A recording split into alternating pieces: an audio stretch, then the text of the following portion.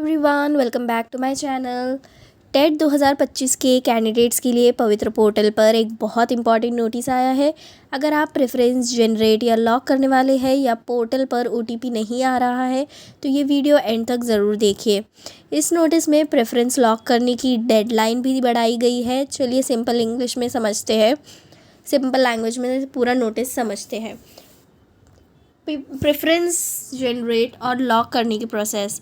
Notice के according पवित्र portal पर जिनके EWS सर्टिफिकेट कंप्लीट है उन कैंडिडेट्स के लिए प्रेफरेंस जनरेट और लॉक करने की प्रोसेस स्टार्ट हो चुकी है। नोटिस में प्रेफरेंस जनरेट होने के अलग अलग टाइम स्लॉट्स दिए गए हैं, यानी सभी कैंडिडेट्स के लिए प्रेफरेंस एक ही टाइम पर जनरेट नहीं हुई है। पोर्टल पर जिस कैंडिडेट की प्रेफरेंस जनरेट हो गई है वो अपने अकाउंट में जाकर प्रेफरेंस चेक करके लॉक कर सकता है।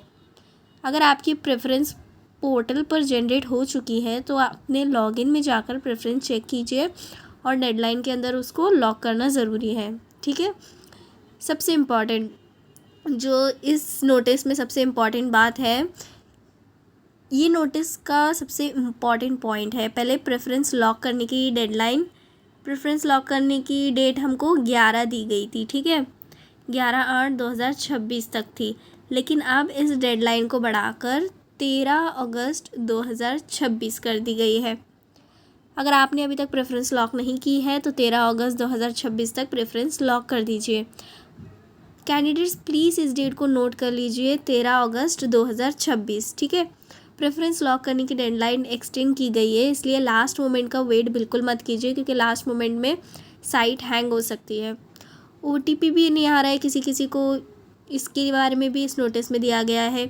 नोटिस में स्पेसिफिकली ओटीपी प्रॉब्लम के बारे में इंस्ट्रक्शंस दिए गए हैं। पवित्र पोर्टल पर लॉगिन करने या प्रेफरेंस लॉक करने के लिए ओटीपी रिक्वायर्ड है, लेकिन कुछ कैंडिडेट्स को ओटीपी तुरंत नहीं मिल रहा है। नोटिस में कहा गया है कि अगर ओटीपी नहीं आ रहा हो तो थोड़ा वेट करिए।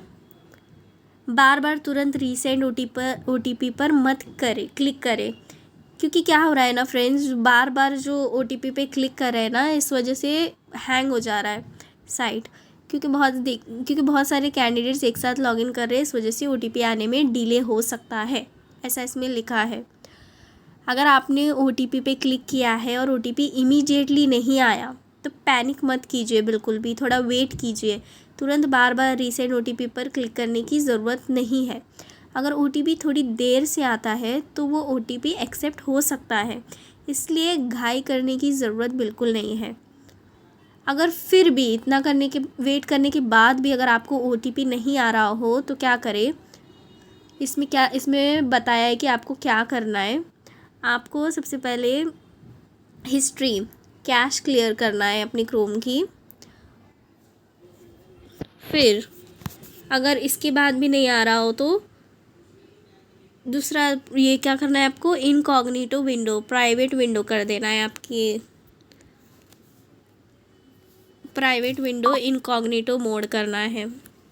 ठीक है। आदिवासी विकास विभाग के कैंडिडेट्स के लिए एक इम्पॉर्टेंट अपडेट है लास्ट में।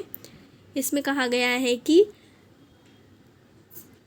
ये किससे रिलेटेड है, साइंस ब्रांच से रिलेटेड है।